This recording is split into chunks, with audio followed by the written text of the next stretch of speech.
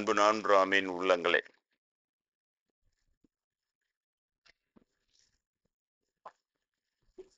வசந்த நவராத்திரியினுடைய 3ஆம் நாள் பூஜையிலே அம்மை ராஜராஜேஸ்வரியை பூஜை செய்வதற்காக இங்கு நாம் குழுமி இருக்கிறோம். உங்களுக்கு சாரதா நவராத்திரி என்கின்ற இந்த கொலு வைத்த நவராத்திரிக்கு முதல் 3 நாட்கள் துர்க்கை, அடுத்த 3 நாட்கள் மகாலட்சுமி, அடுத்த 3 நாட்கள் சரஸ்வதி தேவி என்று அப்படி பிரித்து வரும். 10வது நாள் வெற்றி திருநாள் அன்று 3ம் சேர்ந்த ராஜராஜேஸ்வரி அப்படி என்று அது ஐதீகம், வழிபடுவது. ஆனால் வசந்த நவராத்திரியிலே 9 நாட்களுமே ராஜராஜேஸ்வரி. அதுக்கு குருநாதர் பிரம்மேந்திரர் சொன்ன காரணம், அம்மை அப்படி கேட்டுக்கொண்டால் அந்த நவராத்திரியிலே கடைசி நாளில் மாத்திரம்தான் ராஜராஜேஸ்வரியாக இருக்கிறார். 9 நாளுமே ராஜராஜேஸ்வரியாக என்னை வெற்றி திருமகளாக கொண்டாட வேண்டும் என்னும் பொழுதுதான் இந்த வசந்த நவராத்திரி துறவிகள் கொண்டாடுகின்ற நாள். இது வெற்றி என்பது சாதாரணமாக என்ன சொல்கிறார்கள் என்றால், இந்த அசுர சக்தியை அம்மை போரிட்டு வென்றாள் அப்படி என்று சொல்லுகிறார்கள். பிறகு ஏன் துறவிகளை கொண்டாட வேண்டும்? துறவிகள் ஏன் கொண்டாட வேண்டும்? அதுவும் சிங்க வாகனம் உள்ள அம்மையை ஏன் கொண்டாட வேண்டும் என்றால், உங்களுக்கு தெரியாது, மனிதன் மோகத்திலே விழுந்து கிடப்பதும் அவர்களுடைய ஆண் பெண் உறவு என்பது இப்படியெல்லாம் உங்களுக்கு தெரிந்தது தான். ஆனா நீங்க இருக்கிற விலங்கு இனத்திலேயே மிகவும் புலனடக்கம் உள்ள ஒரு விலங்கு சிங்கம். விஞ்ஞான ரீதியாக அதை ஆராய்ச்சி பண்ணி என்ன சொல்கிறார், அது வருஷத்துக்கு ஒரு முறை தான் பெண் சிங்கத்தோடு இணையுமா. அந்த அளவுக்கு அது புலனடக்கம். அதனாலதான் அது வலிமையாக இருக்கிறது. காட்டுக்கு ராஜா சிங்கம் அதையெல்லாம் சொல்லுவார். அப்ப துறவிகளுடைய நோக்கம் என்ன? புலன்களை வெல்லுதல். உண்மையான துறவி நான் சொல்றேன். நீங்க போய் பிராமணர் பீடாதிபதிகளை கம்பேர் பண்ணிக்காதீங்க இல்லையா. அவன் உடனே துறவின் பேர் மட்டும் துறவின்னு வச்சுக்கின்னு எல்லா யோகிதம் பண்றதுக்கு சாஸ்திரம் எழுதி வச்சுக்கின்னு அந்த ரகசிய சாஸ்திரம்னு சொல்லிட்டு அதை எப்படி அயோகிதனை போட்டு எப்படி பரிகாரம் பண்ணிக்கலாம், அந்த அயோகிதனை போட்டு எப்படி பரிகாரம் பண்ணிக்கலான்னு கடைசியில் பார்த்தா ஒரு சாதாரண ஒரு மனிதனை இருக்கின்ற ஒரு பக்குவம் கூட இல்லாதவர்களாக, மிகவும் கேடு கெட்டவர்களாக இருப்பது இவருடைய வழக்கம். அதை மீதி பிராமணர்லாம் விடாம தாங்கி பிடிச்சி பெரியவா நமஸ்காரம் பண்ணுங்க, அப்படியெல்லாம் நீ கேட்கப்படாது, அப்படிப்படா இப்படிப்படாதுன்னு எட்டுனே போகணும். அதனாலதான் மூட பிராமணர். ஏன்னா கடைசியில என்ன ஆகும், அவனுக்கு அதை பெருமை நினைப்பானுங்க. கடைசியில ஊரே காரி துப்பும், உலகமே காரி துப்பும் இல்லையா. அவனுக்கு அறிவாளித்தனம் என்று பிராமணர்கள் நினைத்து கொண்டு இருப்பார்கள். ஆனா உலகம் அவங்களை காரி துப்பும். ஏன்? ஒரு இல்லறவாசிக்கு இருக்கின்ற ஒரு சாதாரண ஒரு கட்டுப்பான இல்லறத்திலிருந்து நிறைய பேர் நல்ல நிலையெல்லாம் அடைஞ்சிருக்கிறாங்க. அவங்க இல்லறத்தில் சிறிதான். இப்ப ராகவேந்திர சுவாமி எல்லாம் நீங்க பார்க்கலாம், ஜீவசமாதி அடைகிறார் ராகவேந்திர சுவாமிகள் இல்லையா. ஆனா முதலிலே அவர் குடும்ப வாழ்க்கையில் ஈடுபட்டவர் தான். இங்க இருக்கிற வன்னிமட சுவாமிகள், முத்தைய தேசிய சுவாமிகள் போகலாம், அவருடைய குடும்பஸ்தர் தான் அவரு. அவ்வளவு சித்து விளையாடி அவர் ஜீவசமாதி நாள் குறித்து சரியாக ஜீவசமாதி அடைய 300 ஆண்டுகளுக்கு முன்னால. அதனால இந்த இடத்துல உங்களுக்கு அந்த இல்லற ஒழுக்கன்றதை யாரும் கேவலமாலாம் சொல்றது கிடையாது. ஆனா எல்லாமே நெறி. கண்ணபிரான என்ன சொல்ற, தர்மத்திற்கு முரண்படாத காமங்களில் நான் இருக்கிறேன் சொல்றார் இல்லையா. அவரும் இல்லற வாழ்க்கை ஈடுபட்டவர் தான். ஆனா தர்மம் எல்லாத்திலையுமே தர்மம் இருக்கிறது, எல்லாத்திலையும் நியாய தர்மம் இருக்குது. அதற்கு கட்டுப்பட்டு சரியாக வாழ்கிறவன் அப்படிதான் அவரு கொண்டு. ஆனா உங்க எல்லாருமே நான் சொல்றேன், ஆவடி சுவாமிகள் சொன்ன இல்லையா, அவரும் இல்லறவாசியா இருந்தவர் தான். கடைசியும் குடும்பத்தோட தான் இருந்தார். அவருடைய குருநாதர் திருவள்ளுவர் சுவாமிகள், அவர் இல்லறத்தில் இருந்தவர் தான் அவர். ஆனா வீட்டை விட்டு கோயிலே தங்கிட்டவர். இவங்க எல்லாருமே நல்ல நிலையில ஏற்றி பிடிச்சிருக்கிறாங்க. என்னுடைய தாத்தாவும் சொல்ல, அண்ணனூர் ரத்நாயக்கர்னு சொன்னா தெரியும். அவர் வந்து அவர் தான் எனக்கு இனிஷியேட் பண்ணவர் இல்லையா. எனக்கு 3 வயசு இருக்கும்போதே அவர் காலமாயிட்டாரு. அந்த டெத் பெட்ல இருக்கும்போது கூப்பிட்டு இது மாதிரி பின்னால் சாமியார் ஆகிட்டு கல்யாணம்லாம் பண்ணிக்காத சொல்லிட்டு அவர் போயிட்டார். அப்புறம் இப்போ போகும்போது பேசுகிறாங்க அங்கே இருக்கிறவங்க. அவர் சொன்னது எல்லாமே நடந்திருக்கு. தீர்க்கதரிசி அவர். அந்த சவுக்கு தோப்புலாம் இருக்கும் அந்த ரயில்வே லைனு அந்த பக்கமாக சவுக்கு தோப்புலாம் கட்டடமாக இருக்குது. நான் பார்க்குறேன் நிறைய இப்போ கட்டடமாக இருக்குது ரயில்வே குவார்டர்ஸ் ஃபுல்லாக. ஊர் பூரா கட்டட. நானே சொல்லிட்டு வந்தேன் அண்ணனூர் கிளம்பும்போது, நான் ஒரு நாள் கழிச்சு வரேன் அண்ணனூருக்கு, எல்லாம் ஒரே கட்டடமா சிட்டியா மாறி போயிருக்குது. அதே மாதிரி இப்போ போறேன் அப்படியே சிட்டியா இருக்கு.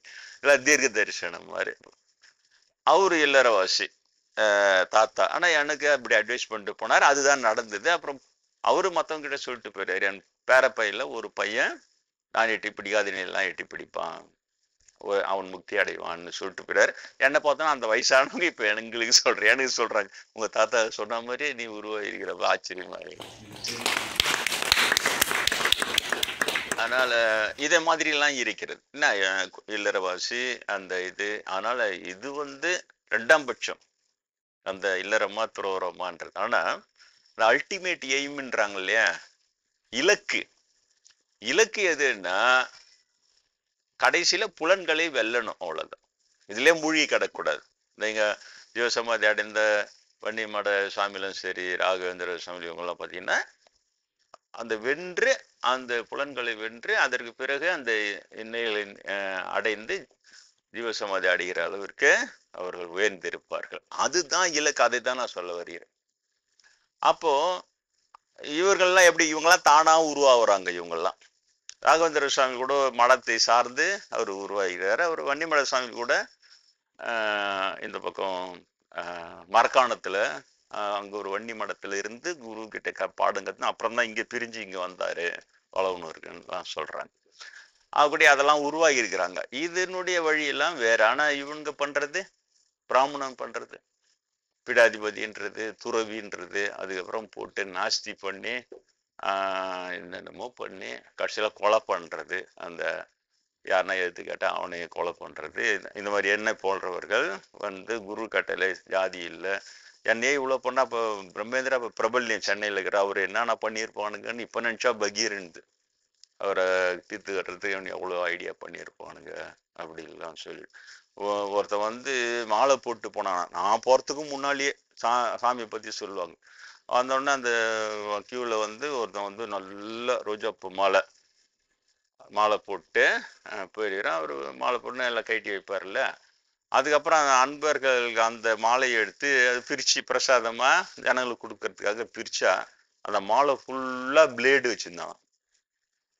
மாலை ஃபுல்லாக பிளேடுக்கு தான் நம்ம சாமிகளுக்கு. புரியுதா உங்களுக்கு எவ்வளோ ஆபத்து? அதை எந்த நோக்கத்தை வச்சுக்கிறான்னு தெரியல. அப்படியே போட்டு இழுத்துடலான்ட்டோ என்ன பண்ணான்னு தெரியல. நிறைய அம்பு இருக்கு. எங்க இருந்து வருதுன்னு பார்த்தா இவனுங்க தான். யாரு? ஜாதி பீடாதிபதிக்கு. ஏன்னா அவங்க கொள்கையே காஞ்சி பெரியவர் கொள்கையே கடவுள் 4 ஜாதியை படிச்சிட்டாரு, அதுக்கு என்ன பண்றது, அவாவா ஜாதி காரணமா அவாவா செய்யணும் இப்படி. ஆனா அதுக்கு டயமெட்டிக்கலி ஆப்போசிட்டா சொல்றாரு. பிராமணரா பிறந்தோம், மீதி பேர்லாம் தெரிஞ்சாலும் கண்டுக்க மாட்டான், நம்ம ஜாதியா பழிச்சு போட்டோம் அப்படின்ட்டு. ஆனா அவர் பிராமணரா பிறந்தோம், வர்ணம் இல்லை, ஆசிரம் இல்லை, தர்மம் ஒண்ணுமே கிடையாது. மனிதன் அடிக்கிற குத்திய மனுஷனா ஏற்படுத்திங்கன்னா சாஸ்திரத்தில் இடைச்சர்கள் பண்ணீங்கன்னா. ஏன் ஒரு ஒரு பிராமணனை கேவலமானவன்னு சொல்றோம், அதே ஒரு பிராமணரை உயர்வா மதிக்கிறோம்னா பிராமணன் உண்மை பேசுறதுன்றது முடியவே முடியாத காரியம். அவன் பொய் தான் பேசுறான்றத கண்டுபிடிக்கிறதுக்கு உங்களால முடியாத காரியம். அவன் பொய் அவ்வளோ நேக்கா உண்மை மாதிரி பேசுவான். அதான் அவனுடைய டெக்னிக். அதுல 3000 வருஷம் எக்ஸ்பீரியன்ஸ். உங்களுக்கு மிஞ்சி மிஞ்சி போனா ஒரு 30 வருஷம். இப்ப பிராமண எதிர்ப்புகள் கத்துறாங்கல்ல, பிராமணம் அப்படியாக்கும் இப்படியாக்கும்ட்டு. இவங்களுக்கு இருந்து மிஞ்சி மிஞ்சி போனா 30 வருஷம் அனுபவம் தான் இருக்கும். அவன் பரம்பரை ஊறி அதுலயே விதை போட்டவன் சொல்றாங்க இல்லையா, ஊறி அதுலயே விதைச்சி அதுலயே விளைஞ்சு வரவன், அந்த மாதிரி பிராமணன். நீங்க அவனை ஒண்ணுமே பண்ண முடியாது. அவனுடைய பொய்யை அவன் கண்டுபிடித்துக்குள்ளேயே 500 வருஷம் ஓடிடும். அதுக்குள்ள ஏமாத்திட்டு காலங்காலமா இதானே அப்படின்னா காலங்காலமா பிடிச்சி எடுத்துப்பான். என்னிடம் வருகிற உங்களுக்கு காலங்காலமான்றதை வச்சு ஏமாற்ற முடியாது. ஏன்னா நான் பல முறை சொல்லிட்டேன், அது வந்து த சைலண்ட் பீரியட் ஆஃப் ஸ்பிரிச்சுவலிசம். மிகப்பெரிய மகான் வந்திருக்க மாட்டாங்க, அதனால அது வந்து எடுத்து சொல்லியிருக்க மாட்டோம். சின்ன சின்ன மகான்கள் வந்திருப்பாங்க, அதெல்லாம் காலி பண்ணுறோம். இந்த காஞ்சி மடம் காலி பண்ணது எக்கச்சக்கமான, எனக்கு என்னுடைய தெரிஞ்சு இவரை காலி பண்ணியிருக்கிறாங்க. நம்ம கடலூர்ல சிவலிங்கனார்னு ஒரு யோகி சமாதி அடைஞ்சிருக்கிறாரு. அவரு எங்க அப்பா அவரை குருவா ஏத்துக்கின தொட்டு அவர் கதையெல்லாம் எனக்கு தெரிஞ்சுது. திடீர்னு செத்துட்டார். 100 வயது வாழுது அப்படின்னு கைப்பிரதி எழுதி எல்லாம் பண்ணின்னு இருந்தவர். அவரை காலி பண்ணிடுறான். என்ன காலி பண்றது இவங்க போட்ட உடனே தான் எனக்கு அப்புறம் அது புரியுது. கடவுளுடைய விளையாட்டு அது. நான் சும்மா காலையில தான் படிச்சுன்னு இருக்கேன். அப்புறம் தந்தையார் வந்து அவர் கடலூர் சிவலிங்கன்னு போறாரு. அப்புறம் வந்து அப்புறம் அங்கிருந்து கொடிக்கால் குப்பத்துல அந்த ஊர் தலைவர் அப்பாவோட நண்பர் அதெல்லாம் அவங்க போகும்போது அந்த ஓட்டியில அந்த கொடிக்கால் குப்பத்துக்கு அவங்க போயிட்டு வருவோம். நான் போய் பார்க்குறேன். நம்ம கமல்சாமி கடலூர் ஒர்க் பண்ண அவங்க வீட்டில் வாடகைக்கு தங்கியிருந்து அவர் ஒர்க் பண்ணியிருந்தார். அதனால் அவர் போய் பார்த்து ஒரு 2 நாள் அங்கே தங்கிட்டு எல்லாம் வருவேன் நான். அப்போ அவரும் சொல்லுவார், அவரும் சிவலிங்கனா, அவர் மூலமாக தான் அப்பா அவர்கிட்ட போனார். அப்புறம் பார்த்தா எனக்கு தெரியவே தெரியாது. அவர் என்ன சொல்றாரு, அவர் தலைவர் கொடிகள் இந்த மாதிரி ஒரு சிவலிங்கனா ரொம்ப பிரபலமாவில், ஆனால் காஞ்சிபுரியர் ஜெயேந்திரர்ல அவரே அவருடைய சீடரை அவர்கிட்ட அமிச்சு பாடம் கத்துணுவான்னு அமிச்சாரு. அப்படின்னா அவர் எவ்வளோ பெரிய இது பார், அவர் வரைக்கும் விஷயம் போயிருக்கு அப்படின்னு. ஓஹோ, வந்து அப்படியான்னு தான் கேட்டுக்கிறேன். ஏன்னா அது ரொம்ப தெரியாது இவங்களுடைய இதுவெல்லாம். உலகியெல்லாம் பார்ப்பான், எல்லாம் அழுத்துவான்னு தெரியும். பிஇ படிக்கும்போது நடராஜர்கிட்ட வேண்டிக்கின்னு நான் இந்த மாதிரி யூனிவர்சிட்டி ரேங்க் வரணும் வேண்டிக்கினே தவிர ஆன்மீகத்துறையில இவ்வளோ இருக்குலாம் எனக்கு தெரியாது. அப்புறம் அவன் வந்தான் 3 வாட்டி அங்க நமஸ்காரம் பண்ணான், அப்புறம் நடுவில் ஒரு நமஸ்காரம் பண்ணான், அப்புறம் கிட்டாம ஒரு நமஸ்காரம். அவர் சிரிச்சாரு, என்னத்துக்குப்பா 3 வாட்டி எல்லாம் பெரியப்பாவை பார்த்தா 3 வாட்டி நமஸ்காரம் பண்ணணும்னு எங்களுக்கு சொல்லி கொடுத்துருக்கா, அதால 3 வாட்டி நமஸ்காரம் பார்ப்போம். புரியுதா? ஒன்னும் அவர் ஒரே ஹாஹான்னு சிரிச்சாரான். இந்த சிரிச்சாலே போச்சுன்னு அர்த்தம். அவன் புரிஞ்சுவான் முட்டாள் ஆயிட்டான் அப்படின்னு சொல்லிட்டு அந்த ஐஸ் வச்சு முட்டாள் ஆக்குறதுல பாப்பான் கில்லடி. அப்பயே தெரிஞ்சுக்கிறான் இவரு சொல்லி. அப்புறம் அவருக்கு இவருடைய பாடெல்லாம் சொல்லி யோகா பயிற்சி தான், அவர் வேற ஒண்ணு கிடையாது. மூச்சு பயிற்சி, யோகா பயிற்சி. நம்ம பிரபலியமாகிறாருல மனவளக்கலை மன்றம் வேதாத்திரி சுவாமிகள்ன்ட்டு அவருடைய இது பிரபலியமா இருக்கும். அவரும் சிவலிங்கனார 2 சீடர்கள் தான் அவங்க குருவுக்கு. ஒரு குருவுக்கு 2 சீடர்கள். இவர் வந்து உலகளாவிய அதை அமைப்பா மாத்தி இயக்கமா மாத்தி நல்லா ஸ்ப்ரெட் பண்ணார். இவர் கடலூர்ல அடக்கமா இருந்துன்னு காசு வாங்காம அந்த கைப்பிரதி எழுதி அதே பாடம் தான் இவரு சொல்லி கொடுக்குறாரு. புரியுதா? நம்ம ஜனங்களுக்கு தெரியுமா? இப்ப இங்க கூட பாரு, நான் சொல்லுவேன், நீ காசு எல்லாம் இல்ல, இலவசம்னாலே அளவா தான் வரும் கூட்டம். டிக்கெட் போடு, என்ன ஒரு நவராத்திரி 100 ரூபான்னு போட பிச்சுக்கோ. எனக்கு உனக்கு எனக்கு உனக்கு கேட்ல அடி முடியல. நான் 100 ரூபாய், நான் 200 ரூபாய் தரேன் உனக்கு. காசு கொடுத்து வாங்கும் போது அதுக்கு ஏதோ ஒரு வேல்யூ இருக்கிறத ஒரு நினப்பு இருக்கும். அதனாலே டிக்கெட்லாம் போடாதீங்க, டொனேஷன்லாம் யார்ட்டையும் வாங்காதீங்க எல்லாம் சொல்லி வச்சுக்கிறேன். ஏன்னா நம்மளுக்கு அல்வா வந்தா போதும், நம்மளுக்கு அது ஜேன்னு கொண்டு அரசியலாம் நடத்த போறோம். அதெல்லாம் எதுவும் இல்லை. அல்வா வந்து நான் அடிக்கடி சொல்ற மாதிரி 63 நாயன்மார்கள் 12 ஆழ்வார்கள் தேர்னா போதும். அவ்வளோ தேர்றதெல்லாம் ரொம்ப கஷ்டம். வேணா ஒருத்தர் தேர்னா போதும். பிரம்மேந்திரர் நான் தேர்னா, மீதி பேர் தேர்னாங்களே எனக்கு தெரியாது. அவருடைய பார்வையில யார் யார் தேர்னாங்கன்ட்டு. நான் தேர்னேன். இந்தியா முழுமைக்கு 2 பேர் தேர்னாலே நான் வந்ததுக்கான மிகப்பெரிய வெற்றின்னாரு. அப்புறம் கடைசியா போகும்போது ஒருத்தன் தேர்னாலே பெரிய பெரிய வெற்றின்ட்டு போனாரு. மறைந்த பிறகு என்னை வந்து பாராட்டினாரு. சரி, நம்ம தேடி இருக்கிறார். அதனால அவர் சிவலிங்கனார் இலவசமா எல்லாம் நடத்தவர். அப்புறம் தந்தையாரும் அங்க போயிட்டு எல்லாம் கத்துனாரு. அப்புறம் அவரு கொடிக்கால் ஊர் தலைவர் வந்து ஒரு எல்லாம் சொல்லுவார். நான் அங்கே வரும்போது இந்த மாதிரி ஒரு நாள் வாடணும், உன்னை கூட்டின்னு போறேன் அவர்கிட்ட அப்படின்லாம் சொல்லின்னு இருப்பாரு. அப்புறம் ஒரு நாள் பார்த்தா திடீர்னு காலமாயிட்டாரு. அந்த இதை பத்தி சொல்லார். காஞ்சி மடத்துலேருந்து வந்தவன், அவன் கத்துக்குன்னு அது எத்தனையோ நாள் கிட்ட இருந்து சுசுரூஷை செய்யணும், சமைச்சு மிச்சு போட்டிருப்பான். உடனே தான் அது வழியாக தான் எல்லாம் பாயசம்லாம் வைக்க முடியும், வேற ஒன்றும் கிடையாது. அந்த சிஷ்யம் உங்களுக்கு தொண்டு செய்கிறான், அதை செய்கிறேன்னு சொல்லிட்டு அவன் பாட்டு வைக்க வேண்டிய வச்சுட்டு போயிடுவான். ஸ்லோ பாய்சன் வச்சுட்டு போயிடுவான். ஸ்லோ பாய்சன் தான் இன்னைக்கு பிராமணர்களுடைய ஆயுதம் 2 ஆயுதம் சொல்லியிருக்கிறேன் நான். தாசசாமி.orgன்னு பார்த்தீங்கன்னா அதில் டாப்ல வச்சுக்கிறேன். பொய்யும் வதந்தியும் பிராமணர்களுடைய 2 பெரும் ஆயுதங்கள். பொய் பரப்புவான் நல்லவர்களை பத்தி, வதந்தி பரப்புவான். இது 2 தான் அவனுடைய ஆயுதம்.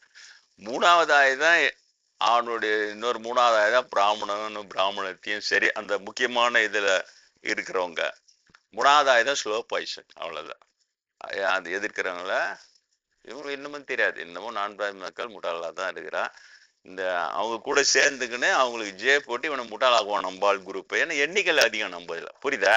பிடிக்க 10 பேரா எடுக்கலாம். விசுவாசமுகிறவங்க 10 பேரு, துரோகி 10 பேரு. துரோகம் தெரியாமலேயே மாங்காய் மாடையெல்லாம் அவனுக்கு ஜல்ரா போடுறவனுங்க அவனுக்கு நிறைய பேர் இருப்பான். 30 பேர் 40. இவங்கள தான் அவன் நம்புவான். அவங்கள வச்சு இவங்கள ஃபேக்கா எக்ஸ்போஸ் பண்ணி அவங்கள நம்ப வச்சு நம்பிக்கை துரோகம் பண்ணுவான். பாப்பா அவனை வைக்க வேண்டிய பாய்ஸ் ஸ்லோ பாய்சன் வச்சுடுவான். நீங்க தெரிஞ்சுங்க அவ்வளவுதான். நான் உலகம் பூரா சொல்ல முடியாது. அதனால அந்த இதுதான் அதே மாதிரி வச்சுட்டு அப்புறம் உடனே பாடெல்லாம் கற்றுன்னா ரொம்ப இது சொல்லிட்டு குருதட்சணை என்ன பண்ணான்னு தெரியல. கூட அவன் போயிட்டான்னு சொன்னாங்க. பாடெல்லாம் கற்று முடிச்சுட்டு அவன் போயிட்டான் அப்படின்னு இவங்களுக்கெல்லாம் ஒரு அப்படியே பெரிய சந்தோஷம். ஜெயந்திரரே அமிச்சு பாடம் கற்றுக்கணும். ஜெயந்திரே அப்போ ஜெயந்திரே அமிச்சாரு. அப்போ அவர் பிரபலமாக இருக்கணும்ல. பாப்பா நீங்க எங்க பார்த்தாலும் சிவலிங்கனார் ஒருத்தர், அவர் பிராமணருக்கு பாடம் கத்துக்கிறவளோ ஜெயந்திரரே அமிச்சு பாடம் தரோம், அவர் ரொம்ப பெரிய மகான், நீங்களாம் போங்கன்னு சொல்லிருக்கணும்ல. ஒரு பாப்பம் வாய் திறக்க மாட்டோம். ஏன்னா எல்லாருக்குமே தெரியும் அவன் எதுக்கு போயிடான்னு. தெரியுதா? இங்க இருக்க கடலூர் தான் சிவலிங்கனார். நான் இங்க உங்களுக்கு சொன்னாதான் உங்களுக்கே தெரியுது. அந்த அளவுக்கு அமுக்கமா வச்சுன்னு காலிப்பான். அப்புறம் திடீர்னு ஒரு நாள் போனோன்னா என்ன தெரியலப்பா சிவலிங்கனார் திடீர்னு காலமாயிட்டாரு. அவருடைய புஸ்தகமே 100 வயது வாழ்வது எப்படி, அந்த மூச்சு பயிற்சி சுவாச பயிற்சியில எப்படி, அந்த வாசி யோக பயிற்சியில இது வாங்குறது, யோகா காலையில இது பண்றது. அவரும் இல்லறவாசி தான். எப்படி 100 வயசு வாழன்னு ஷூரா சொல்லி அதுக்கான இதுவெல்லாம் எழுதினவர் எப்படி புசுக்கு செத்து போறாங்க. பிரம்மேந்திரா அப்படிதான் சொன்னார். 100 வயசு நான் வாழ்வேன். அப்புறம் ஒரு நாள் ஒரு வகுப்புல 120 வயசு நான் வாழ்வேன். அப்புறம் 85 வயசுல கிளம்பிட்டு. புரியுதா? எப்படி 100 வயசு வாழறவன் சொல்றவங்க இதெல்லாம் ஜாதி இல்லை மத சிவலியன எழுத்தெல்லாம் பார்த்தோன்னா வள்ளலார் இதுதான் நிறைய கோட்பாடு இது கோட் பண்ணுவார். ஜாதி எல்லாம் இல்லை, மதம் இல்லை, அதெல்லாம் வர்ணாசிரமா இல்லைன்றவரை ஜெயந்திராம்சான்னு நம்பி ஏமாந்தாள். அப்போ நான் சொல்றது கரெக்டு தானே? மங்காமடையனுங்கன்னு சொன்னல, நான் பிராமணிங்கள ஹைரார்கி சொன்னல, பிராமணன்னு திருத்தணும்னு நீ நினைச்சாலே நீ மடையன் ஆயிடுற. நான் சொல்ற மடையன் ஆயிரார்கி கரெக்டு தானே? அவனுக்கு நீ திருத்தலாம் இறங்கி அட்வைஸ் பண்ண ஆரம்பிச்சினாலே நீ மடையன் ஆயிடுற. இல்லையா?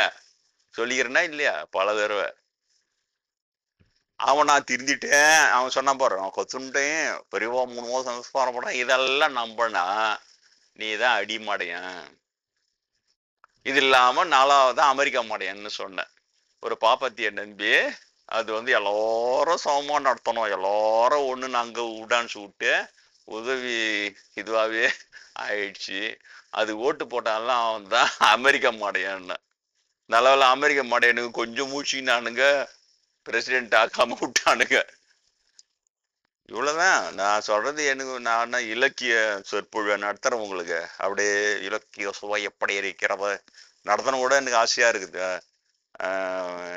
நம்மாழ்வாருடைய அந்த முதல் பிரபந்தம் இருக்குது, ரொம்ப அருமையான இலக்கணம். உயர்வர உயர்நலம் உடையவன் எவனவன், அதை 4 வரியும் சொல்லி அவ்வளோ அழகா இருக்குது அதுல இருக்கிற தமிழ் எல்லாம்.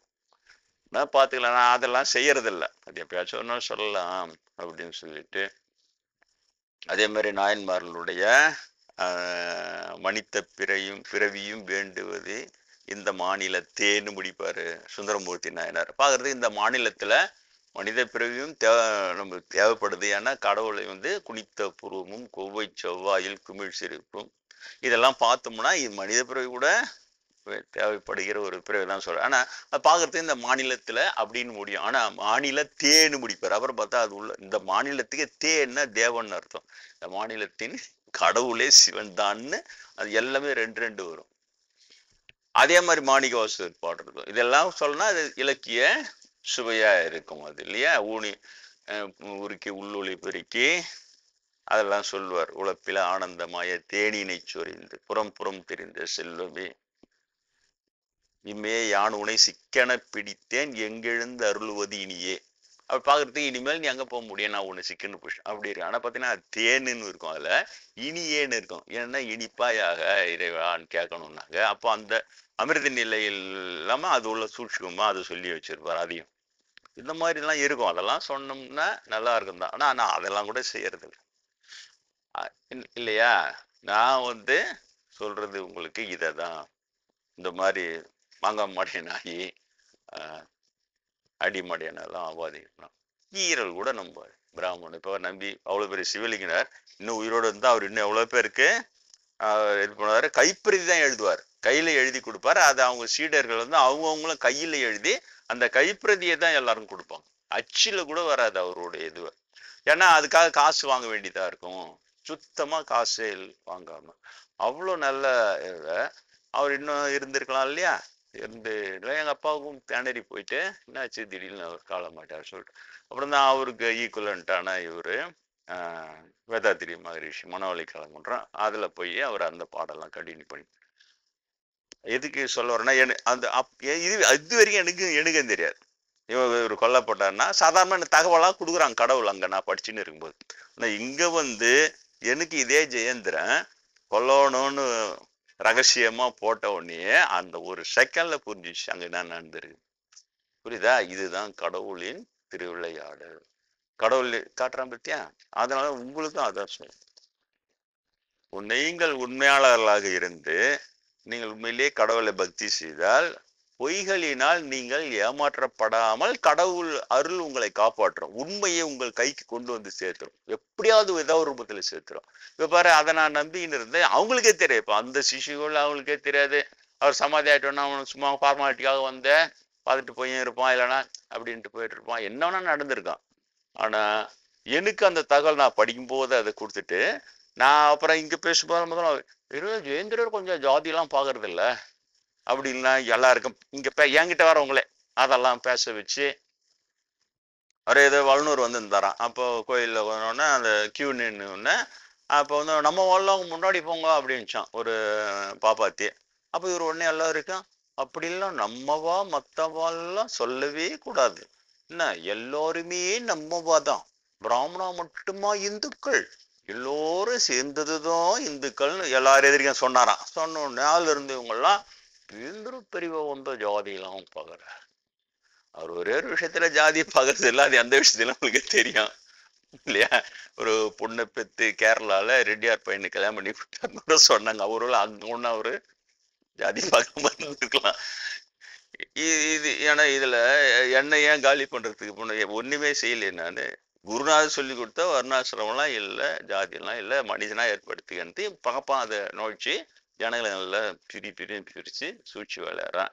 அதெல்லாம் நீங்க இது பண்ண கடவுள் விஷயத்துல ஜாதியம் இல்லை, ஒண்ணும் இல்லை. அதை தானே சொல்லணும் வந்தேன். அதுவும் 4 பேர் கூட இருக்க மாட்டாங்க, இந்த மண்டபம்லாம் கிடையாது. சும்மா அப்படியே உட்காந்துன்னு அப்படி பேசிட்டு அதுக்குள்ள அந்த நியூஸ் கொண்டு போய் சேர்த்து கொல்ற அளவுக்கு போடுறாப்புலன்னா அப்பதான் ஷாக் ஆகி ஆஹா, அப்போ அங்க அமிச்சா ஆளு இவர் அமிச்சா ஆளு எதுக்கு போயிடான்னா காலி பண்றது அமிச்சுக்கிறாப்புல சைலண்டா முடிச்சுட்டு வந்துட்டான். ஏன்னா படிக்கும் போதும் அவன் வெளில கூட அவன் பெருமையா பேசணும்ல. நான் சிவலிங்கனோர்ன்ற ஒரு யோகி கிட்ட படம் கொத்துனாங்க ஒரு இவ்வளவு பெரிய சொல்லணும்ல. விட்டு கூட தெரியாது, இங்க வரைக்கும் கூட வரல பாரு. பாப்பானுக்கு கேட்கணும், ஸ்ப்ரெட் பண்ணணும்னா ஒருத்தவங்களை பத்தி பெருமையா ஊரெல்லாம் பரப்பணும்னா பாப்பா தான் நம்பர் 1 தெரியுதா? ஊரெல்லாம் பரப்ப முடியும். ஆனா அவ்வளவு அமுக்கமா வச்சு காரியத்தை முடிச்சுட்டு அப்படியே விடு அப்படின்ட்டு வந்துடுறாங்க.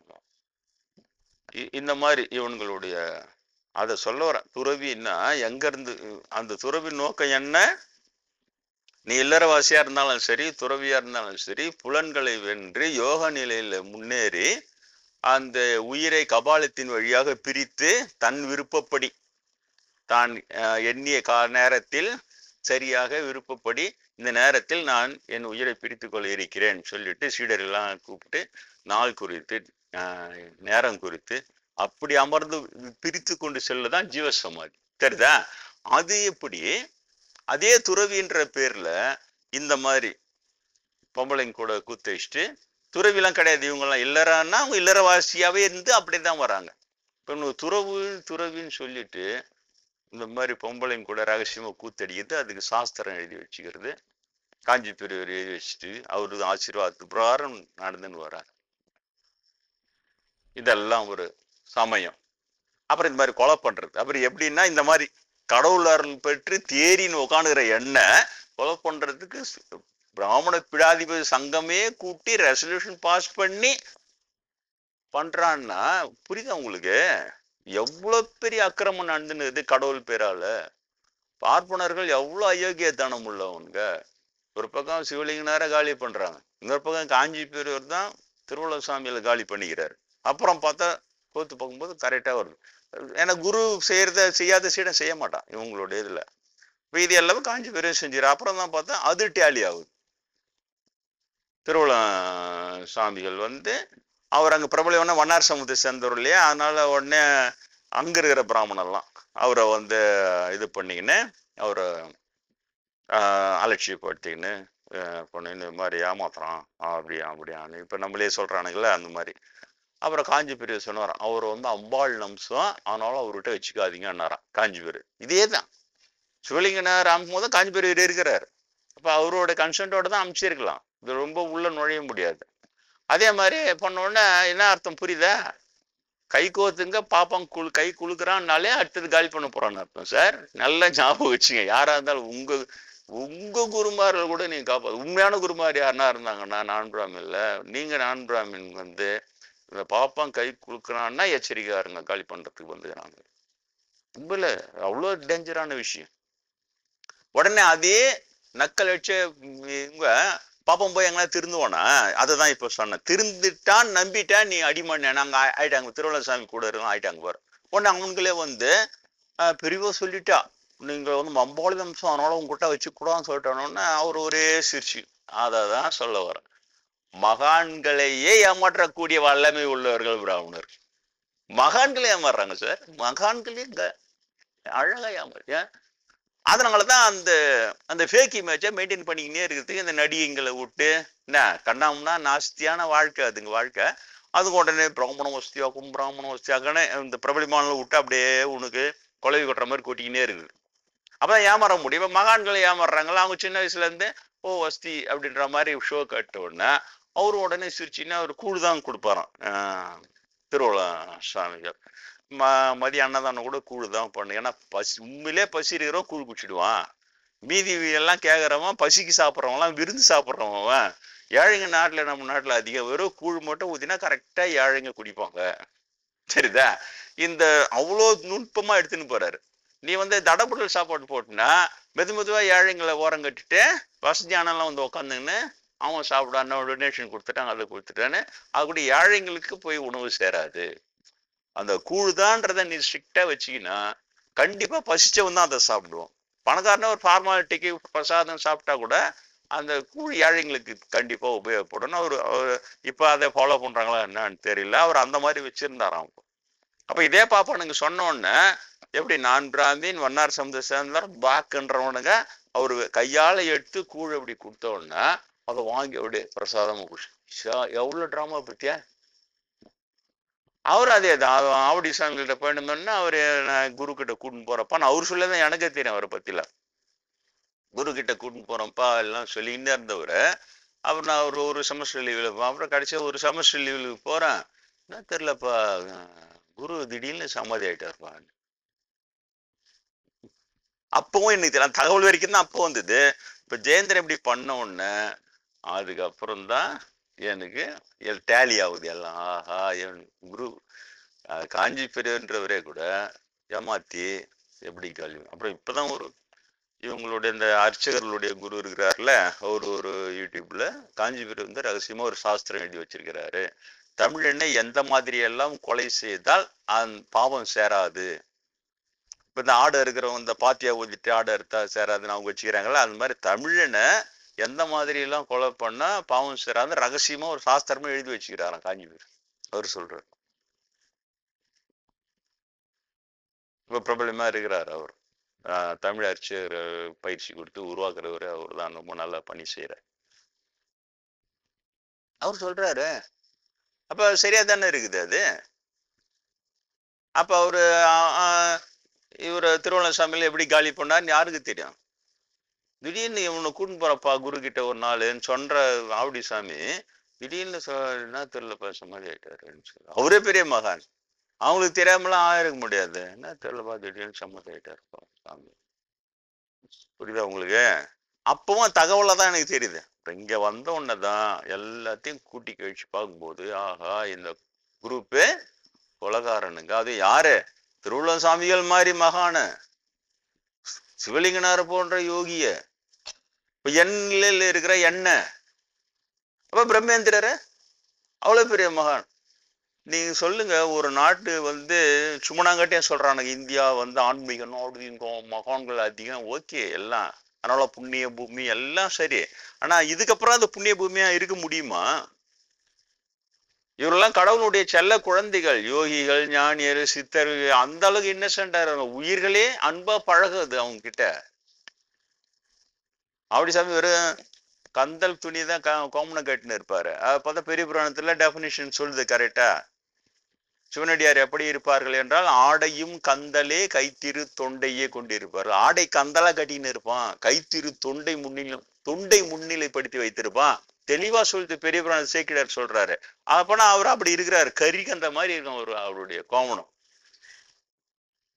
ஆனா பார்த்தா அவர் சாப்பாடு வச்சா அணிலு காக்காய் எல்லாம் ஒன்னா சாப்பிடும்.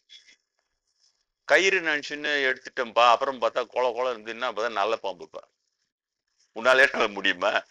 அப்புறம் அப்படியே வச்சுட்டு போயிட்டோம்பா. அப்புறம் சரி நம்மளுக்கு கண்ணு ரொம்ப இதுவாக போச்சுன்னு சொல்லிட்டு நான் ஆப்ரேஷன் பண்ணிக்கலான்னு ரயில்வே ஒர்க் பண்ணி ரிட்டையர் ஆக ரயில்வே ஹாஸ்பிட்டலில் ஆப்ரேஷன் பண்ணி அதுக்கு எப்படி சொல்றாரு, நல்ல பாம்பு அவர் கையில் எடுக்கிறது கம்முன்னு இருக்குது. உயிர்கள் அன்பா இல்லாம எப்படி இருக்கும்? கையில் எடுத்து கயிறு நினைச்சு எடுத்து ஓரம் வைக்கலான்னு எடுத்தா கொலன்னு இருக்குதுப்பா. அப்புறம் முன்னா பார்த்தா நல்லா பாம்பு, வாடா என்னடா இது. அப்புறம் மெதுவாக விட்டுட்டு அப்புறம் தான் சரி நம்மளுக்கு கண்ணு அவுட் ஆயிடுச்சு, கயிறும் பாம்பு நம்மளுக்கு தெரியும். இந்த மாதிரி மகானவர், புரியுதா? காலையில எழுந்து போறேன், மேல ரொம்ப வெயிட் ஆகுது, படுத்துன்னு இருக்குது, குளிருக்கு, என்னடா படுத்துன்னு இருக்குதுன்னு அப்புறம் பெட்ஷீட் எடுத்து காலையில இருந்து பார்த்தா மரத்துல இருக்கிற உடும்பு இறங்கி இவரு மேல படுத்துன்னு இருக்குது. நம்ம ஊர்ல இந்த செல்ல நாய்க்கெல்லாம் வளர்த்தா அப்படி பண்ணும். நாங்க ஒரு நாய்கிட்ட வந்தோன்னா நல்லா தூணி காலில் பார்த்தா மேல படுத்து யார் மேலாம் படுத்துன்னு இருக்கோம். என்னடா ஏதோ படுத்துன்னு எடுத்து பார்த்தா நாய்க்கு, அந்த நாய் குட்டி நாய் அது படுத்துன்னு கதைன்னு மேல படுத்துன்னு இருக்கும். நம்மளுக்கு இது நாய்க்குட்டி, அவருக்கு உடும்பு இறங்கி பார்த்தா படுத்து. இந்த நிலையிற மகான்களை கொலை பண்ணின்னு வந்தா, ரகசியமா கொலை பண்ணா, நீ சாஸ்திரம் எழுதின்னு கொலை பண்ணா, அதெல்லாம் எங்களை ஒன்றும் பண்ணாது நீயா சொல்லிக்க வேண்டியது. ஆனா கொலை தான் கடவுள் பார்வைக்கு அந்த நாடு என்ன சாபம் அடையுமா, அது சுபிட்சம் அடையுமா? பாப்பார கும்பல் எவ்வளவு பெரிய கெடுதி செய்து புரியுதா உங்களுக்கு? ஏன் கோயில்ல இருந்து இவங்களை வெளியேற்றணும்? நான் பிராமின் பூசாரிகளை விட்டுதான் தமிழிலே தான் அர்ச்சனை செய்ய வேண்டும். நீ தெலுங்குல, ஆந்திரால தெலுங்குல பண்ணிக்கோ, கேரளால மலையாளத்துல பண்ணிக்கோ, ஆனா நான் பிராமினை விடு. ஏன் பிராமண கும்பல் இவ்வளவு பெரிய கொடிய கும்பலா மாறிடுச்சு? விடாதிபதி குருன்ற ஸ்தானத்துல இருக்கணும் இந்த அளவுக்கு கொடூரமா கொலை. யாரு இப்ப இவங்களை கத்தி எடுத்துன்னு வெட்ட வந்தவனே கொலை பண்ணாங்க? இல்ல ஊரெல்லாம் ரேப் பண்ணிட்டான், அவன் ரேப்பிஸ்ட், அவனால கொலை பண்ணா பாவம் எல்லாம் அப்படியா பண்றாங்க? இல்ல, பெரிய பெரிய யோகிகள், பெரிய பெரிய ஞானிகள், பெரிய பெரிய மகான்கள் அவங்கள கொலை பண்றாங்க சார். சீக்கிரட்டா அவங்களே ஏமாத்தி கொலை பண்ணிடுறான்னா அது இவனுக்கு திறமையாம். இது இந்த சாதாரண பாப்பார கும்பல் அவனுக்கு இன்னும் ஒத்துவுது. இந்த உண்மையெல்லாம் சொல்லும் போது உடனே நம்மள திட்டுறது, நீ கம்முன்னு பொறத்தியார குத்தம் சொல்லப்படாதான். இது இல்ல, இது பொறத்தியார குத்தம் சொல்றதா இப்போ எப்படி ஆஃப் பண்ணுதுங்க பாரு. அப்படியே தத்துவத்தை போட்டு அதான் அப்ளிகேஷன் யாராருன்னு 2-3 வகுப்புலாம் நான் எடுத்தேன். அப்ளை பண்றது அழகா அந்த இது எடுத்து இங்க அப்ளை பண்ணி நம்ம ஆஃப் பண்றதுலயே குறியா இருக்கும். அதான் ஒரு கிளாஸ் சொல்லு, என்ன ஆஃப் பண்றதுல இருக்கிற அக்கறையில 10%க்காவது திரும்பி நம்ம கம்யூனிட்டி இப்படி கேவலமா இருக்குது, அதான் இப்படி கேவலமா பேசுறாங்க, நீங்க திருந்துக்கடா, நீங்க என்னைக்கு ஆரம்பிச்சிருந்தீங்கன்னா பாதியாவது திருத்திருக்கலாம். கிடையவே கிடையாது பிராமன் கம்யூனிட்டி. அது என்ன, அது அவ்வளவு பெரிய வெறித்தனம்? கேவலமானதை செஞ்சா கூட அவங்கள பெரியவன் தூக்கினே போறது, அப்படி அவங்கள விட்டு கொடுக்காம பேசுறதா. அது யாருன்னா சொன்னா அது வேற காரணம் சொல்றது, பிராமண துவேஷம். உனக்கு பிராமண பார்த்தா பொறாம, இந்த மாதிரி கொலகாரனெல்லாம் இருக்க முடியலன்னு தான் பொறாம பண்ணோம் நான். அம்மா இவ்வளவு அருள் செய்து விளையாடுறா, நான் வந்து இவங்களை பார்த்து பொறாம பண்ணணுமா, பொறாம பண்ணு இதெல்லாம் சொல்றேன்னா. அப்ப இதெல்லாம் என்ன, அந்த சப்ஜெக்டே டோட்டலா தள்ளுறது. அதனால ரொம்ப ஆபத்து இது. யாரு தனியாப்பட்ட அளவுலயோ இது வந்து ஆபத்து. இன்னொன்னு வந்து போன வாரம் கூட ஒருத்தர் போடுறாரு, பார்ப்பனர்களை எதிர்ப்பது என்பது வந்து மரணத்தை எதிர்கொள்வதற்கு சமம், உங்கள் துணிச்சலை பாராட்டுகிறேன்னு ஒருத்தர் போடுறாரு.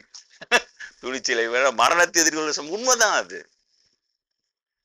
நான் இப்படி வந்துடுறது, தேந்திர சாவடிக்கிறதுக்கு போட்டு யாருக்குமே தெரியாம செத்து போயிருந்தேன்னா என்ன வருது? அப்ப கடவுள் காப்பாத்தி விட்டுக்கிறான்ல, சரி சொல்லலாம், அவ்வளவுதான். அட்லீஸ்ட் அதுக்காக தான் காப்பாத்தி விட்டுக்கிறான்னு சொல்லலாம். பெரியவங்களும் அதான் சொல்றாங்க, உன்னால மட்டும்தான் முடியும், வேற யாரும். அதனால இவ்வளவு இருக்கிறது. அந்த கடவுள் துறைன்ற பேர்ல பிராமணர்கள் மெயினா அவங்க செய்யற தப்பு, திருத்துறதே கிடையாது. திருத்துறதோ கிடையாது. தான் எப்படி இருக்கிறோமோ அதை அப்படியே ஏத்துக்கணும். அதை வந்து கடவுளே ஏத்துக்கணும்னு சாஸ்திரம் எழுதி கடவுளே ஏத்துன்னு எதிர்பார்க்கிறான். அப்புறம் 2 தலைமுறை சாஸ்திரம் கடவுள் ஏத்திட்டு வரையும் நம்ம சாஸ்திரத்துல இருக்குது. எங்க ஏத்தினார்? காஞ்சி பெரியவரே ஏத்துக்கலையே. சொல்ற காஞ்சி பெரியவா, மங்கா பெரியவா, மெகா சீரியல் பெரியவா, நீ என்ன ஒண்ணு சொல்லிக்கோ, நீ சொல்லிக்க வேண்டியதுதான். விசிறி அடிச்சதெல்லாம் வாழ்க்கை காப்பாது மேல நான் எனக்கு காமிச்சேன் கடவுள், நான் என்ன பண்றது? அது என்ன கடவுள் காமிச்சேன்? இவனுங்க இந்த மாதிரி கொலை பண்ணதுக்கு இந்த மாதிரிலாம் போட்டுன்னு இருக்குது, ஜெயந்திரன் மட்டும் காரணம் இல்லை, இவரும் தான் காரணம்ன்றதுக்காக எனக்கு காட்டிக்கிறான் பாரு, அவர் தேரல பாரு மேலன்னு அழகா சொல்லிட்டு விசிறி அடிக்குது, அடிச்சு வான் பண்ணுது. எங்கிருந்து இவனுங்க தேர்றது? எங்கிருந்து நீங்க இவனுங்க பின்னால போய் நீங்க எங்கிருந்து உருப்படுறது?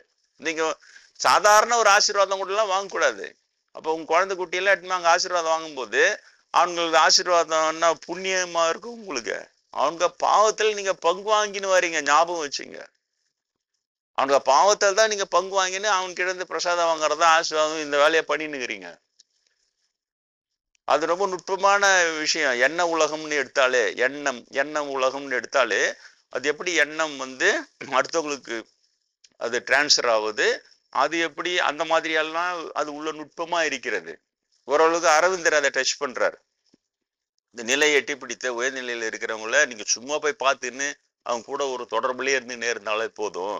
அவங்க உபதேசம் பண்றதோ நீங்க அதை கேட்கறதோ அதை நீங்க கடைப்பிடிக்கிறதோ 2ஆம் பட்சம்தான். அவர்களுடைய புனித அதிர்வுகள் வந்து அவர்களை சுத்தி பரவிக்கினே இருக்கும். அது உங்களுடைய அதிர்வுகளை தாக்கி தாக்கி தாக்கி உங்களை புனிதப்படுத்த உங்களுக்கே தெரியாது அது. ஆனால் இருக்கலே பெரிய லாபம் இதுதான்றார் அரவிந்தர்.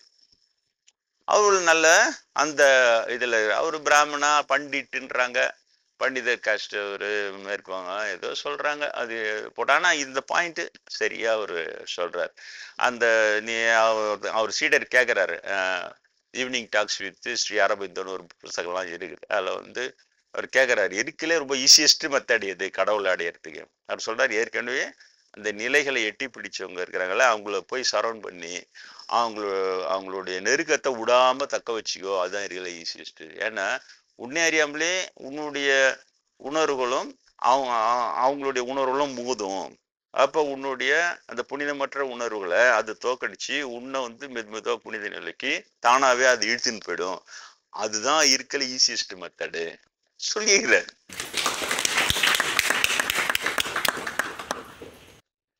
அப்ப அந்த நிலையில இருக்கிறவங்களெல்லாம் இவனுக்கு கொலை பண்ணின்னு வந்தா அந்த நாட்டுக்கும் அந்த மக்களுக்கும் சாபம் வருமா ஆசீர்வாதம் வரும் இல்லையா?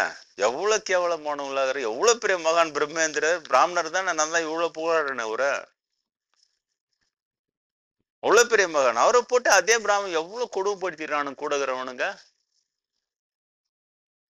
நான் ஒண்ணு சொன்னேன் தெரியுமா உங்களுக்கு, பெங்களூர் வந்து 2 பிராமணர் தான் என்னுடைய இதுல அக்கறையானவங்க, என் மீது உண்மையான அன்பு. ஒருத்தர் பிரம்மேந்திரர், அவர் வந்து பிராமணன் கூட சேரதா இருந்தா நீ வேற குரு பார்த்து போனே சொல்லிட்டாரு.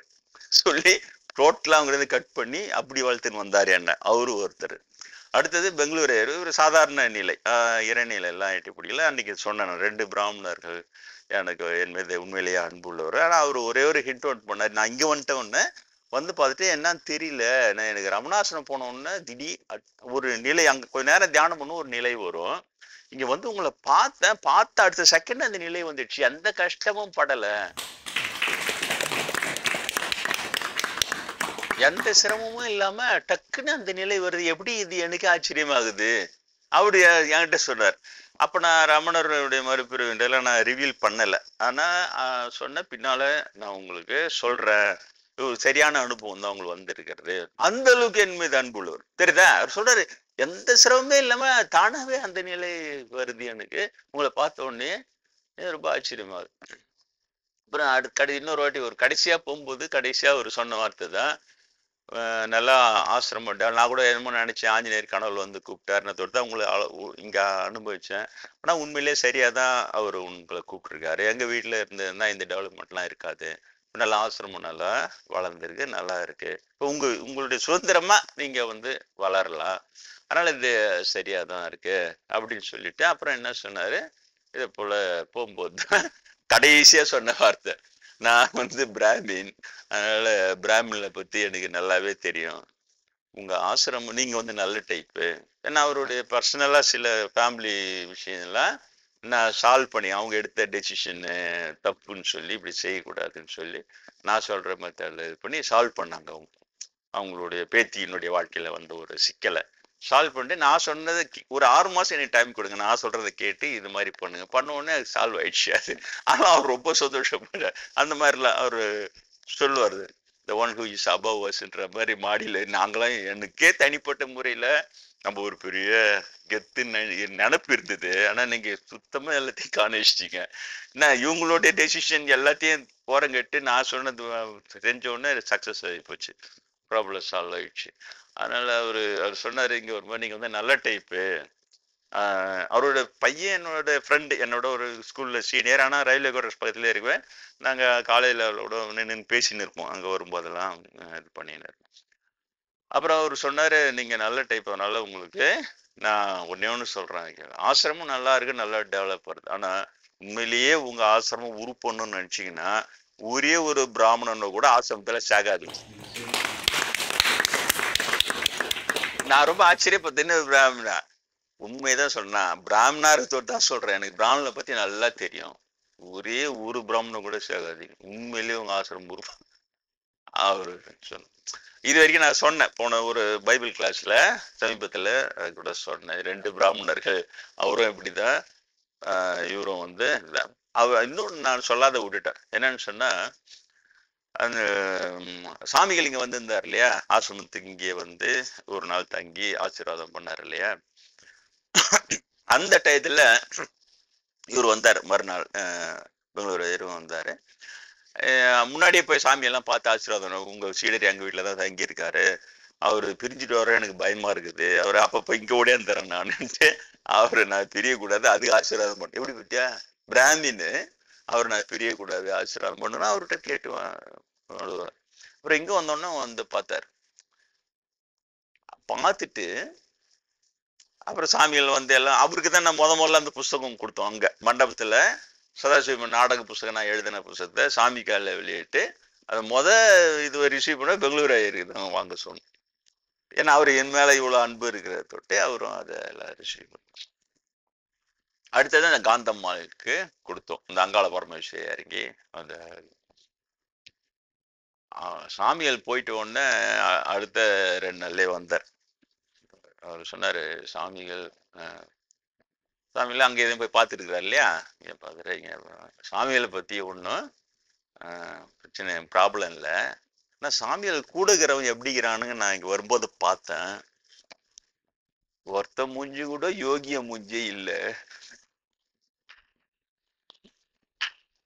சொல்ல சார், இவர் பிராமண துவேஷத்துல சொன்னாரா, இவன் நான் சொல்றதெல்லாம் பிராமண துவேஷன்றீங்களாப்பா, இதுக்கு என்ன சொல்லு, ஒருத்த எல்லா மூஞ்சும் திருட்டு மூஞ்சின்னு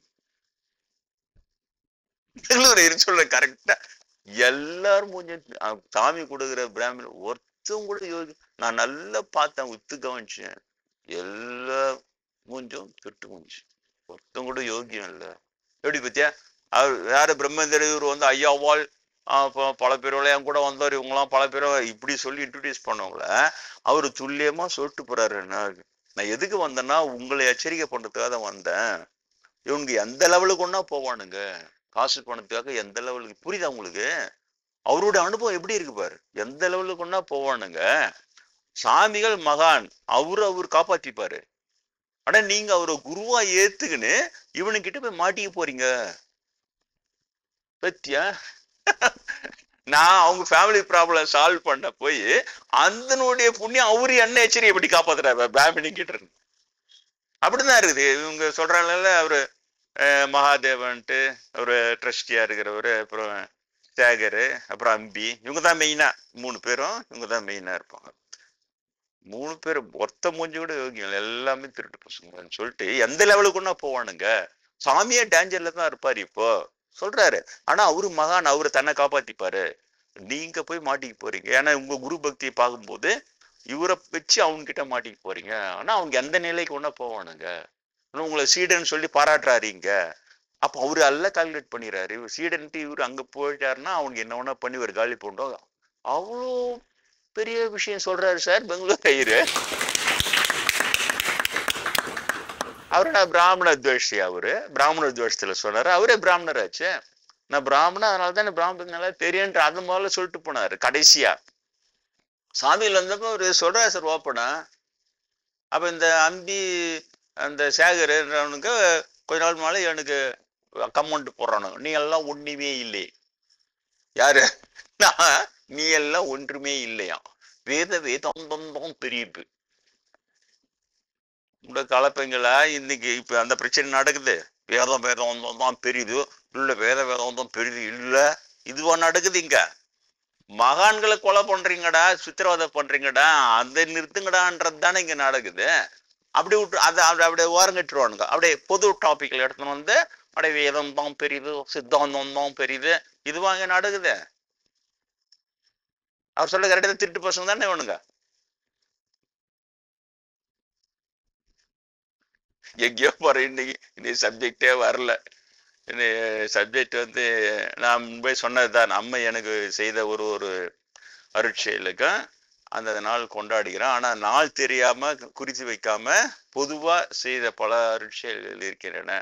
அதையெல்லாம் நான் வந்து இம்மாதிரி வசந்த நவராத்திரி, அந்த நவராத்திரி அந்த ஒரு ஒரு நாள் அதை நாளாக இந்த நாளில் என்று கொண்டாடு. அதே போல எனக்கு வந்து முன்பே உங்களுக்கு சொல்லியிருக்கிறேன், நான் காவிலாம் கட்டல அண்ணனூர்ல இருந்தப்போ சீதா பிராட்டி வந்து 3 அடுக்கு குடில், அவங்க கையில இவ்வளவு பெருசா இருக்குது. நம்ம இவ்வளவு பெரிய பில்டிங்க அவங்க கையில இவ்வளவு பெருசா இருக்குது. அப்படின்னா அவங்க எவ்வளவு பெரிய உருவம் பாரு.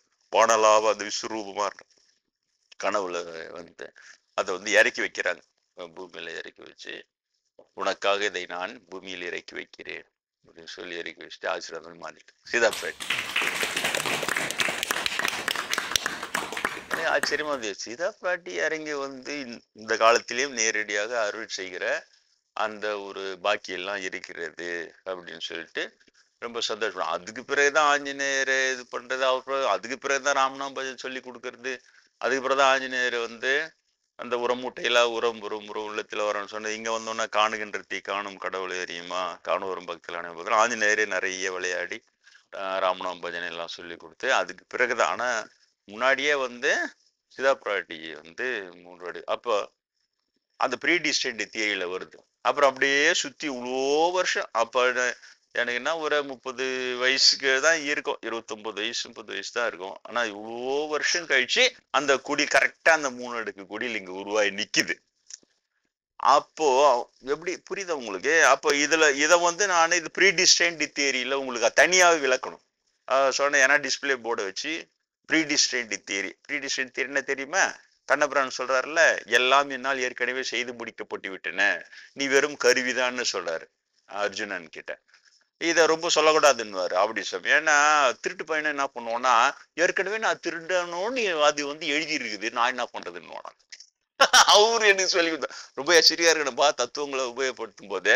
எல்லாம் கடவுள் செயல்னு சொன்ன உடனே திருட்டு பையன் கொலைகாரன் எல்லாரும் முன்னாலும் ஆமாமா எல்லாம் கடவுள் செயல்தான், அவன் பண்ண திருடு அவன் பண்ற கொலை எல்லாமே கடவுள் செயல்ன்றான்.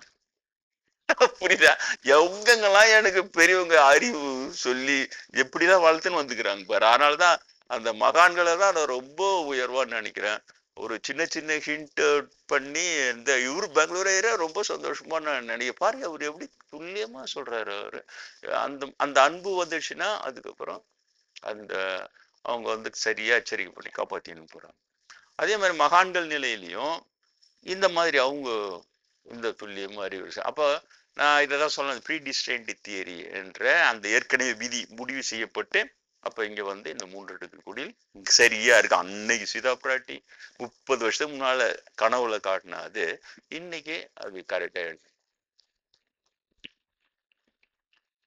அதனால நான் நீங்க இவன்கிட்ட போய் பாரு கமெண்ட் எல்லாம் இவன் வந்து இந்து விரோதி. நான் பாப்பாம் பேச்ச கேட்டுருந்தாங்கன்னா சீதா பிராட்டி என்ன ஆவறது? அவங்க கடவுளுங்களே இவனுங்கெல்லாம் ரிஜெக்ட் பண்ணிட்டாங்க. அதெல்லாம் இவனுங்களுக்கு சொல்றதெல்லாம் இவங்க அடி இருக்க. நான் இந்து விரோதி. யாரு இந்து விரோதி? சீதா பிராட்டி 3 குடியில இறக்கி வைக்கிறாங்க. ஆஞ்சநேயர் ராமநாம பஜனை சொல்லி கொடுக்குறாரு. ராமபிரான் எனக்கு தரிசனம் கொடுக்குறாரு இல்லையா? ராமர்னு எடுத்துக்கினாலே இவ்வளவு இருக்குது, இன்னும் நிறைய. அது இல்லாம ஆதிநாத பெருமாள் என்னை வர வச்சு சூட்சும சரீரம் வர வச்சு கடல்ல ஆசீர்வாதம் பண்ணி அனுப்புறாரு. திருநீர் மலைன்னு கனவுல காட்டுது. திருநீர் மலைன்னு எழுத்து காட்டி அந்த குன்றை காட்டுது. எங்க இருக்குன்னு தெரியாம எல்லார்ட்டையும் கேட்கறான். எல்லாம் அங்க இருக்குது, திருநெல்வேலி பக்கம் கொடுத்தவங்க. அங்கெல்லாம் கேட்டா அங்கெல்லாம் இல்லைன்றாங்க. அப்புறம் டகான்னு ஒரு நாள் ட்ரெயின்ல போறோம், அந்த பல்லாவரம் ஸ்டேஷன்ல எங்க திருநீர் மலைக்கு செல்ல இங்க இறங்கவும். அட இங்க தான்டா இது சொல்லிட்டு அப்புறம் போயிட்டு பாக்குறேன் அதே கோயில் இருக்கு. ஏன்னா திருநீர்மலைன்னு போட்டு அங்க காமிச்சு என்ன வர பெருமாள் அனுகிரகம் செய்யறாரு. அத இவ்வளவு இருக்கிற எண்ணெய் இது இன்னும் நிறைய இருக்குது. நீங்க தான் போட்டிகளை படிக்கிறீங்க. இவ்வளவு இருக்கிற எண்ணெய் யாரு? நானு இந்து விரோதி. இவனுக்கு ரொம்ப சிம்பிளா இந்து விரோதி. அப்புறம் பைபிள் கூட இவன் வந்தா இந்துக்களை எல்லாம் ஏமாத்தி எல்லோரும் கிருஷ்ணா மத பாக்குறான். பாப்பா மூளை பத்தியா இல்லையா? இவங்க எல்லாம் ஒரே தட்டில வச்சு பாக்குறத இவ்வளவு. அதனாலதான் பெங்களூர் இவ்வளவு நுட்பமா எனக்கு சொல்லி என்னை பத்தி புரிஞ்சுக்கின்னு என்னை இவனுக்கிட்ட காப்பாத்துற அந்த பெங்களூர் ஐயர் பிராமின் அவரு எவ்வளவு உயர்ந்தவர். இவ்வளவு நல்லா தெரிஞ்சு திரிகால ஞானியா இருக்கவே பிரம்மேந்திரரும் அவன் கூட சேராம வந்து என் கூட முதல்ல சொல்லி அவங்கள தூக்கி விட்டாரு. இவங்களாம் என் கூட பல பேரவையா வராங்கன்ட்டு. அப்புறம் தான் உஷாராயிட்டாரு. இவங்க நிலை கொடுமையா இருக்கவே அவன் கூட நான் சேர்ந்து போயிட போறேன்னு சொல்லிட்டு அவரும் கட் பண்ணி காப்பாத்தி தேர்ன பிறகுதான் நான் உன்னை சீடன்னு சொல்லுவேன். அதுக்கு முன்னாடி நீ ஒன்னு என்ன குருன்னு சொல்லி என்ன வெற்பேத்தில உஸ்பேத்தி வாழ்த்து. அப்புறம் தேர்ன உடனே இங்க வந்து பாராட்டு போனாரா இல்லையா? அப்புறம் கவிதையும் எழுதி அமைச்சு பாராட்டினாரு இல்லையா? அது இந்த பிராமணங்களை இது நம்ம வந்து நடுவுல நிக்கணும். இந்த நல்ல பிராமண இவர்களை நாம் சரியாக புரிந்து கொள்ள வேண்டும். ஆனா பாப்பான் இவங்களை முன்னிலைப்படுத்தி காட்டி அவ்வாறு அவங்க நல்லவங்க அது காமிச்சுட்டா தபாரு நாங்களும் நல்லவங்க, அவரும் பிராமன் நானும் பிராமன் இப்படி காட்டி ஏமாத்துவான். அதனால அந்த எச்சரிக்கை நான் பொண்ணேன்னா ஏமாந்தவங்க சிவலிங்கனார் சீடர்கள், திருவள்ளுவர் சுவாமிகளுடைய சீடர்கள், இன்னும் நிறைய பேர். அப்ப நான் என்ன செய்யறது? நான் அப்புறம் அதை தானே உங்களுக்கு அறிவை தானே புகட்டணும் ஆன்மீகன்ற பேர்ல. ஏமா மீதியெல்லாம் சின்ன மாயாஜால மந்திரஜால சாமியாருங்களை போறது, அவங்க கிட்ட ஒரு இது வாங்கிக்கிறது, அவங்களோட சக்கரம் கொடுத்தான் யந்திரம் கொடுத்தான் உனக்கு இதை பண்ணிக்கோ அந்த மந்திர தேச கொடுக்குறேன், அது தனி கொச்சன்னு கிடக்குது. அது சுடுகாட்டு மந்திர சாமியாரு கேட்டா எதுக்கு அதுக்கு இல்லாம பாருங்கன்னு எனக்கு ஒன்றும் புரியல. இப்ப நான் என்ன மந்திரம் போட்ட சீதா பிராட்டி எனக்கு இதை அருள் செஞ்சாங்க 3 அடி கூடியில இல்லையா? சீதா பிராட்டியோ நமகா, சுடுகாட்டுல சக்கரமோய நமகா, எனக்கு 3 அடுக்கு கொடையில இறக்க வையாய நமகா, அவளைய 12 மணி உட்காந்து இதையா பண்ணா இல்லையா?